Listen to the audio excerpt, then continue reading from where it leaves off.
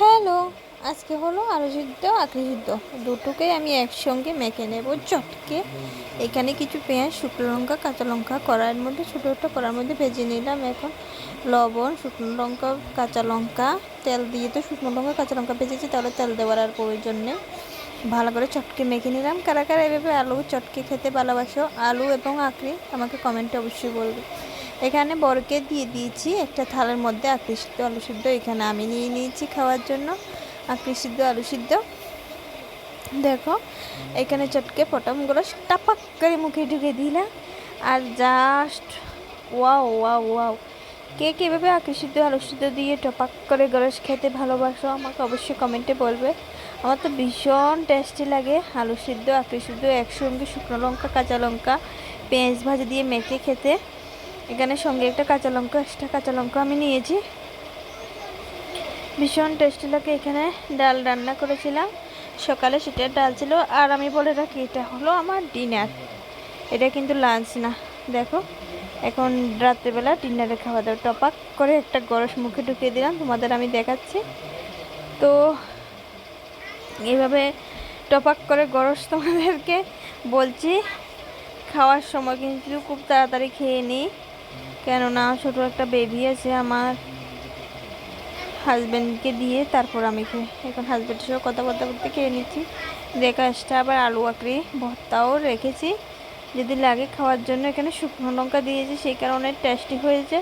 কি হয় জানো, আমাদের করে যখন আঁকড়িটা আনে, আঁকড়িটা মানে সিদ্ধ আর পোড় ছাড়া অন্য কিছু দিয়ে খেতে ভালো করে। নিরামিষ আমরা খাই না, আঁকড়ি দিয়ে যে আলু দিয়ে যে নিরামিষ চচ্চড়ি হয়, ওটা আমরা পছন্দ করি না। মাছ দিয়েও আঁকড়ি পছন্দ করি না। তো সব সময় আমরা আঁকড়ি যখনই বাজার থেকে আনে, তখনই আমরা এভাবে সিদ্ধ করে আলুর সঙ্গে একসঙ্গে সিদ্ধ করে মেখে নিই, আর না হলে পোড় খাই।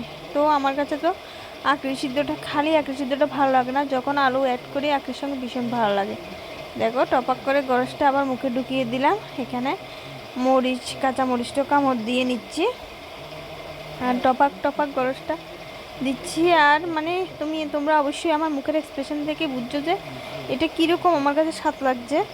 ভীষণ ভীষণ ভীষণ টেস্টি লাগছে, কি বলবো, মানে অসাধারণ ছিল আজকে ডাল আলু সিদ্ধ।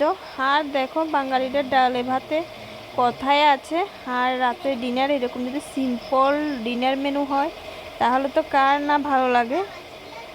আর আলু সিদ্ধ আঁকড়ি সিদ্ধ দিয়ে একবার হলেও অবশ্যই পেঁপে ট্রাই করে দেখবে, আর কেমন লাগে অবশ্যই আমাকে কমেন্টে জানাবে। এটা ভীষণই টেস্টি ছিল,